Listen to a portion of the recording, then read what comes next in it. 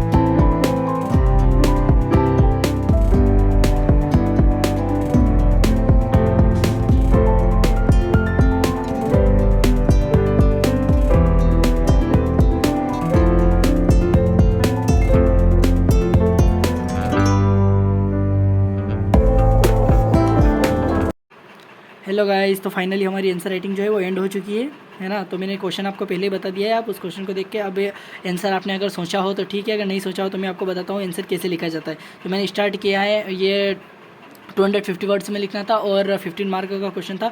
तो मैंने स्टार्ट किया है इसे इंट्रोडक्शन के साथ। इंट्रोडक्शन में मैंने यूनाइटेड नेशन की एक रिपोर्ट थी उसे कोट किया है। यूनाइटेड नेशन की रिपोर्ट है कि हर पर लाख पीपल है, उन पर 222 पुलिस पर्सनल की आवश्यकता है, लेकिन अभी इंडिया में हम 137 पुलिस पर्सनल ही देख पाते हैं।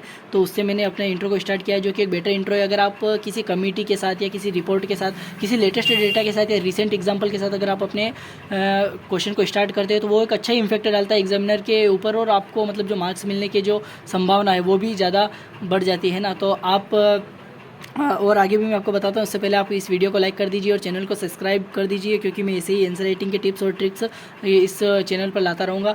मेरी ये इच्छा है कि मैं मंडे से लगाकर सैटरडे तक तो आंसर लिख के आपको बताता रहूँ कि मैं आंसर कैसे लिखता हूँ, कैसे कैसे एक इनोवेटिव आइडिया के साथ आंसर लिखा जाता है, ये सभी चीज़ें आंसर लिख के बताता हूँ। और संडे को मेरा ये प्लान है कि संडे के दिन हम डिस्कस करेंगे कि आंसर राइटिंग बेटर कैसे की जा सकती है। आप आंसर्स अगर लिखते हो और अगर वो ज़्यादा इफेक्टिव मार्क नहीं ला पा रहे तो उन्हें इफेक्टिव कैसे बनाया जा सकता है, या फिर कुछ अदर चीज़ें जो आंसर राइटिंग से रिलेटेड होगी, जो हमारी आंसर राइटिंग में हेल्प करेगी, हम उनके बारे में डिस्कस करेंगे। तो अब आगे मैंने लिखा है, ये यूनाइटेड नेशन की रिपोर्ट को कोट किया था।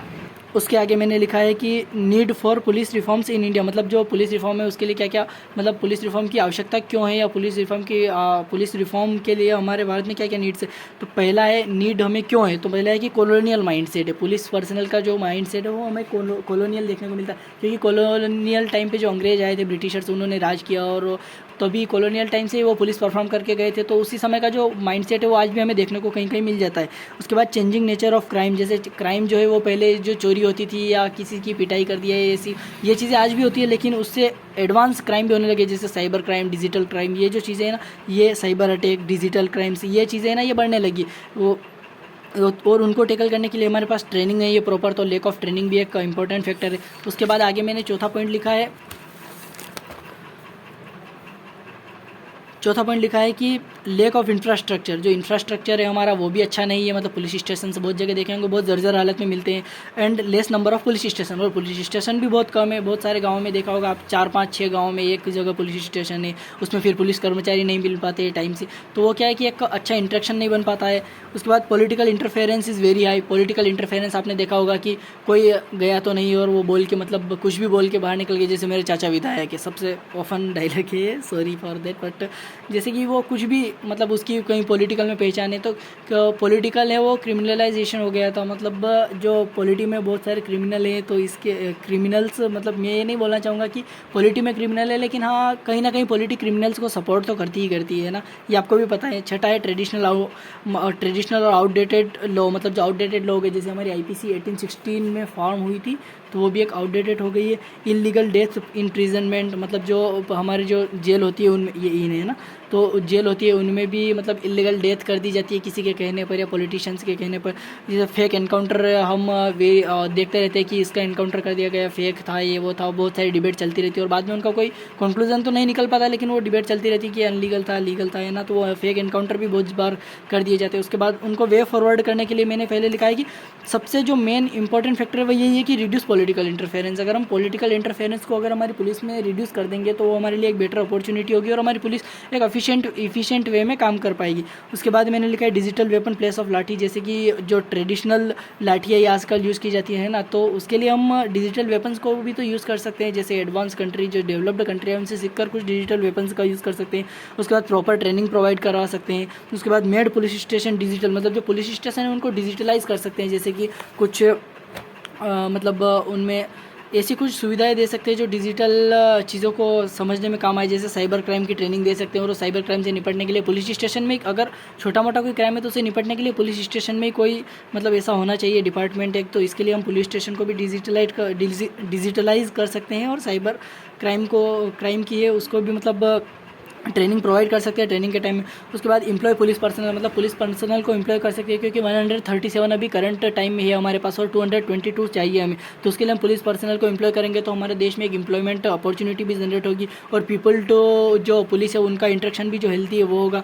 उसके बाद reduce outdated law, replace outdated law, जो मतलब आउटडेटेड लॉ हो चुके हैं, जैसे हमारे आईपीसी जो 1816 में परफॉर्म हुई थी, ऐसे भी बहुत सारे लॉ है जो आउटडेटेड हो सकते हैं, उनको रिप्लेस करने की ज़रूरत है। उसके बाद कॉलोनियल जो माइंडसेट है पुलिस पर्सनल का, उनको चेंज करने की ज़रूरत है। उसके बाद मैंने अब अपने आंसर को कंक्लूड किया है कि many committees report and second ARC और सुप्रीम कोर्ट, इन सभी का जजमेंट भी बहुत सारे आए हैं कि हमें एक नीड है, मतलब पुलिस रिफॉर्म की एक नीड है और हमें चाहिए, we should change police pattern, मतलब पुलिस पैटर्न को हमें चेंज करने की ज़रूरत है। जो ट्रेडिशनल माइंडसेट ये सारी चीज़ें, मतलब पुलिस पैटर्न को ही चेंज करने की ज़रूरत है और जो एक और उसके लिए एक रिफॉर्म लाने की ज़रूरत है।